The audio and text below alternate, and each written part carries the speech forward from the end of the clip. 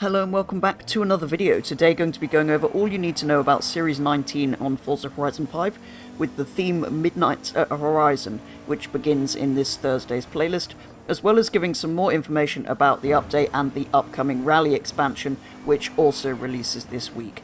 So let's begin by getting straight to the most important bit, the new playlist prize vehicles, before I go over some of the other details about this update and the expansion. Kicking things off with the overall prizes, for 80 points you can win the 911 GT3 RS 4 litre, which isn't new, and for 160 points you can win the Lamborghini Aventador J, which again isn't new. In summer, for 20 points, you can win the Rimac Nevera, which is new but essentially the same as the Concept 2, which we already have in-game, but a cool car to see added finally. And for 40 points, you can win the Italdesign Zero Uno, which again isn't new. In autumn, for 20 points, you can win the Cadillac CT5V, which is brand new to Forza and kind of an interesting addition, essentially a powerful V8 four-door muscle car. And for 40 points, you can win the Audi R8, which isn't new. In winter, for 20 points, you can win the Lexus LC500, which is brand new to Forza, big V8 Lexus, but I don't find it all that exciting if I'm being honest. I've never been a huge fan of Lexuses, but it is at least new and will also be available with a Liberty Walk wide-body kit, which is kind of cool. And for 40 points, you can win the ATS GT, which again isn't new. And finally, in spring, for 20 points, you can win the Cadillac CT4V, which, just like the other Cadillac, is also new, but is a smaller model with a smaller 6-cylinder engine. Again, an interesting addition, but personally, I'm not a huge fan of Cadillacs or Lexuses, so it's good to see some new cars added, but personally, I don't find them all that exciting. And for 40 points in spring, you can win the Radical RXC, which, again, isn't new to the game or Forza. There will also be 3 new Street Fighter LA body kits for 2 generations of BMW M3, although I thought one of them already had one, but anyway, and the Camaro, which is why you may remember the hood for the Camaro was accidentally leaked when it was added to the game last series when it shouldn't have been, so there will be apparently 3 new Street Fighter kits. The abandoned airfield also has some cool new neon decorations too, which is the first new Evolving World edition we've had for a while, because the stunt park was of course the same as last year's. There will also be an extension made to the nighttime in the game's day and night cycle, which apparently is a highly requested feature, but to be honest, from a filming point of view, it being dark more often is just a little bit irritating. On Wednesday, we are also, of course, going to be able to play the new Rally Adventure expansion, so some more details of that were also shown during the stream.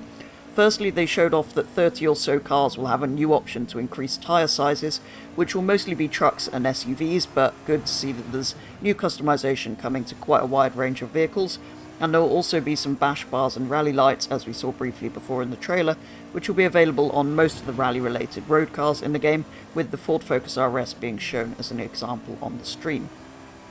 They did also finally show off all the new Event Lab props that are themed around the expansion, and also the Midnight playlist in 2 new tabs in Event Lab. The most exciting, I think, being the selection of placeable vehicles from expansion, pickup trucks and motorhomes and things to help bring any future creations to life, as well as some really cool looking neon lights and other crazy new props to play around with, which is always one of my favourite things to do after one of these updates. They also showed the expansion's map in more detail, although it was already revealed a while ago, so here it is on screen if you missed that. And they also showed off some of the areas in that map, with most of it being, if I'm honest, very similar to the mainland, which was one of my concerns, although one really fun element they showed off was the bike track, which looks like it'll be great fun for some little races and demo derby type things once the expansion is out. As ever, the main update will be available to download on Tuesday, so tomorrow, ready for the playlist to flick over and begin on Thursday.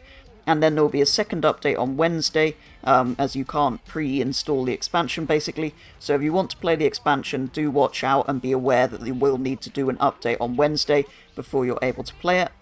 I'm myself planning to stream my first gameplay of the expansion on Thursday evening at 7 PM BST. So if you want to see me playing it for the first time, tune in then if you want to see that. Overall though, this update and the expansion that comes along with it looks like it will be good overall. There are a few new cars and some customization options in the playlist. Personally, I'm not excited by them, but it's great to see a few new cars added and some new customization. So that kind of makes up for the lack of interesting cars in the expansion a bit, So overall, not too bad, with some Event Lab stuff and a few fixes and things apparently, including finally fixing the black lights and windscreens that show up on some cars in some of the menus.